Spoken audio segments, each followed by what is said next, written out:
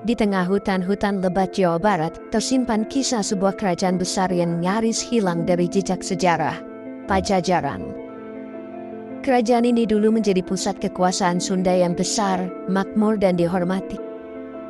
Namun kini, nama Pajajaran lebih sering muncul dalam dongeng dan legenda.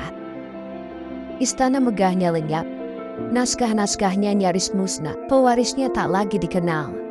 Apa yang sebenarnya terjadi? Apakah kerajaan Pajajaran memang kalah perang? Atau justru sengaja dihapus dari sejarah? Mari kita telusuri.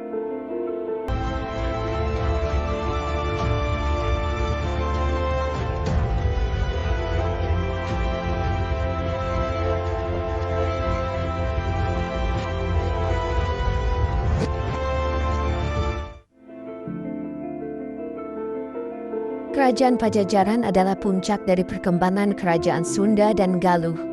Dua kerajaan besar yang kemudian bersatu, berdiri sekitar abad ke-14. Pajajaran menjadikan Pakuan sebagai ibu kota.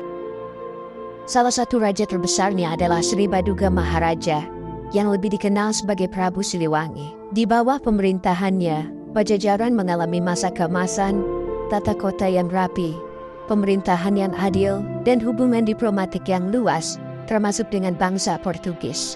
Keterangan tentang kejayaan ini masih bisa ditemukan dalam prasasti batu tulis yang terletak di Bogor.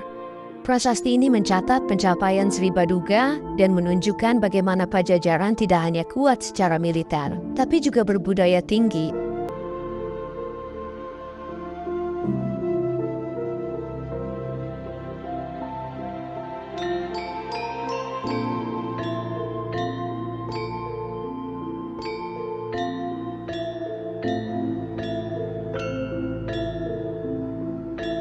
Namun seperti banyak kerajaan besar lainnya, kehancuran datang dari berbagai arah.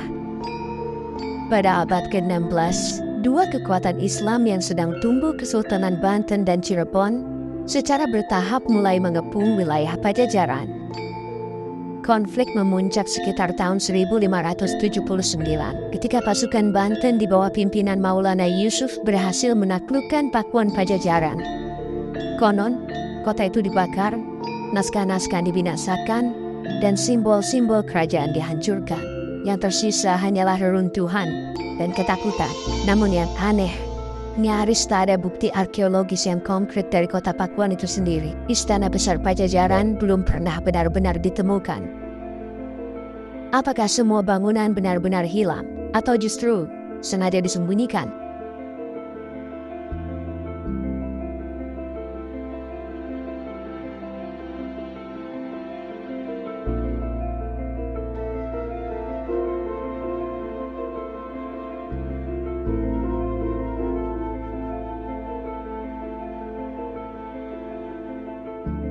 Beberapa peneliti meyakini bahwa pusat kota Pakuan telah ditimbun oleh sejarah. Lokasi yang diperkirakan sebagai ibu kota seperti sekitar Batu Tulis dan kawasan Kebun Raya Bogor tidak menunjukkan struktur istana besar seperti Majapahit atau Mataram.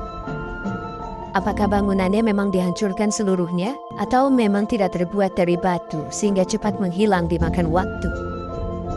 Menariknya, sebagian tradisi lisan di daerah Sunda masih menyebut nama-nama tokoh dan situs Pajajaran dengan cara yang penuh kehati-hatian. Seolah ada yang memang sengaja tidak diungkapkan kepada orang luar.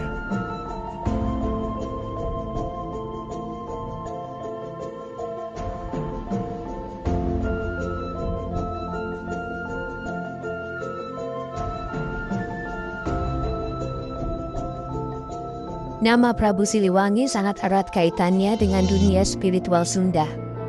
Banyak masyarakat percaya bahwa beliau tidak meninggal biasa, melainkan moksha menghilang secara gaib.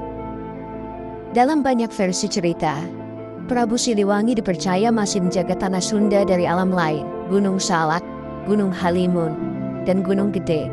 Sering disebut sebagai tempat yang menyimpan jejak spiritual Pajajaran.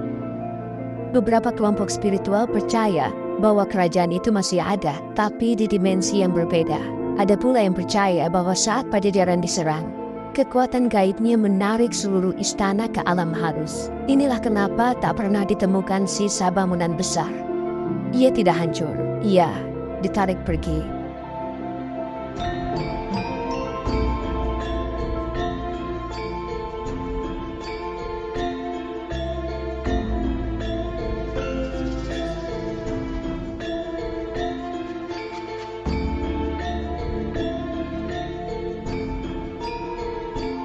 Ada komunitas adat di Jawa Barat, seperti Kesepuhan Cipta Gelar dan Kasepuhan Banten Kidul, yang masih mempertahankan tradisi dan nilai-nilai yang diyakini berasal dari masa Pajajaran.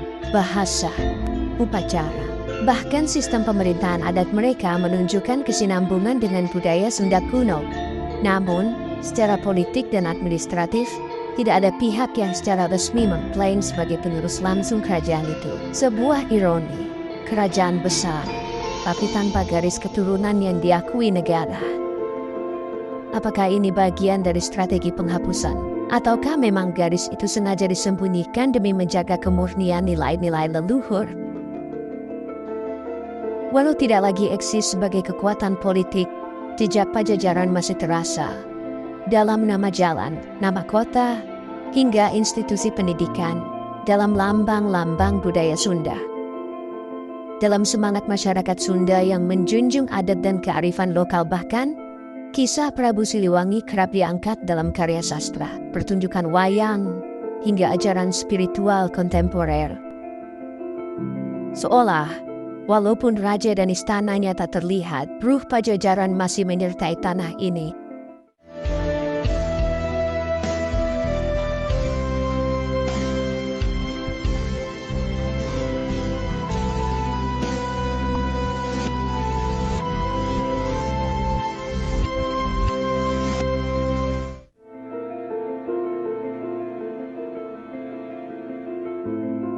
Penemuan-penemuan arkeologis di kawasan Bogor, Cianjur, dan Sukabumi seringkali luput dari perhatian nasional.